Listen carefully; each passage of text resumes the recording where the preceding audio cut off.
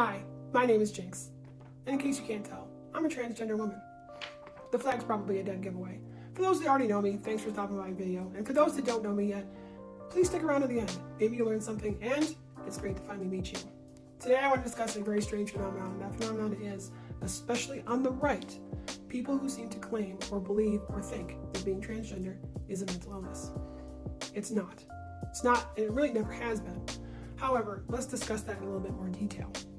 In 1980, the American Psychological Association, you may know them as the APA, used the now kind of outdated term transsexualism to diagnose people like myself.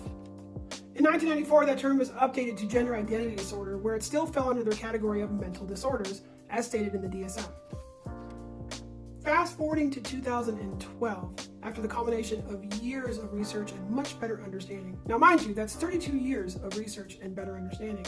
Not a couple of Google searches or a few TikTok lives with a bunch of hearsay and some misinformation.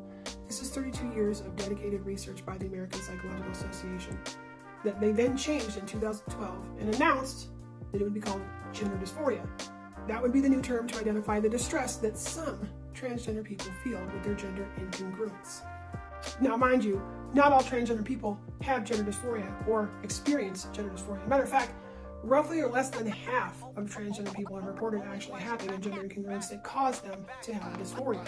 Now, the gender incongruence obviously is always there, but not everyone actually suffers from a dysphoria in that. And in case you have not caught this yet, maybe you haven't picked up on it, maybe you're just not getting it. Gender dysphoria is not a mental illness or a mental disorder.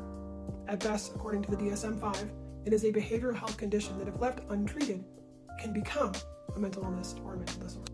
The very association that originally miscategorized being transgender as being a mental illness has since retracted that as of 2012. They were the ones to label it that way to begin with, and after correcting themselves and learning more, something that you can now do with a few key presses, a little bit of phrasing, and a lot of reading. So, to summarize, I want you to understand, and hopefully that you've learned, that the very foundation for calling us mentally ill is gone, taken away by the very same association that had put it there in the first place. And if clinging to outdated and superseded information is how you hope to win an argument, you'll always find yourself lacking and on the losing end of that argument. I want to say thank you very much for listening all the way to the very end, if you did in fact listen all the way to the very end.